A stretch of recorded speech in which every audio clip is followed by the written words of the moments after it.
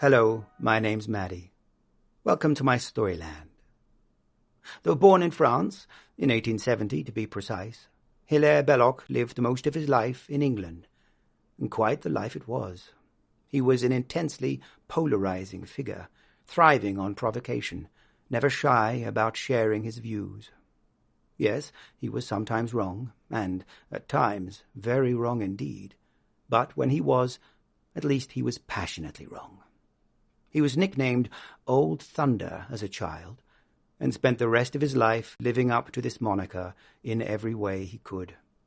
He was a prolific writer, a creator of serious poetry, a satirist, a controversial, even radical activist for social reform, a debater, an orator, an artist, an artillery soldier, a graduate of Oxford University, with first-class honours no less, a historian and economist, a scholar, a professor, a competitive sailor, and, for 4 years, served as a Member of Parliament in the House of Commons.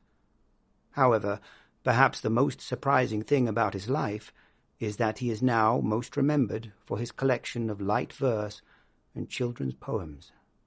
Cautionary Tales for Children, published in 1907, is one such collection, and one of the marvellous poems contained within is Matilda, who told lies and was burnt to death. And today it is my pleasure to read it to you. Are you ready? Then let's begin. Matilda, who told lies and was burnt to death, by Hilaire Belloc. Matilda told such dreadful lies, it made one gasp and stretch one's eyes.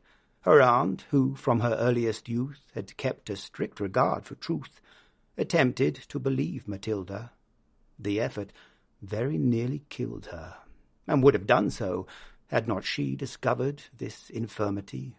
For once, towards the close of day, Matilda, growing tired of play, and finding she was left alone, went tiptoe to the telephone, and summoned the immediate aid of London's noble Fire-Brigade.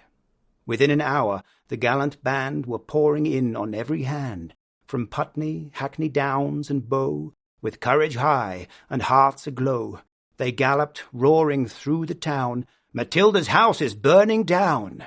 Inspired by British cheers and loud, proceeding from the frenzied crowd, they ran their ladders through a score of windows on the ballroom floor, and took peculiar pains to souse the pictures up and down the house, until Matilda's aunt succeeded in showing them they were not needed. And even then she had to pay to get the men to go away. It happened that a few weeks later her aunt was off to the theatre to see that interesting play, The Second Mrs. Tanqueray.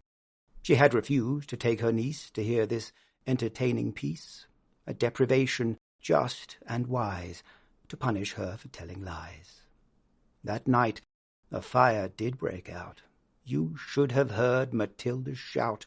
You should have heard her scream and bawl, and throw the window up and call to people passing in the street, the rapidly increasing heat encouraging her to obtain their confidence, but all in vain, for every time she shouted "Fire!" they only answered "Little liar."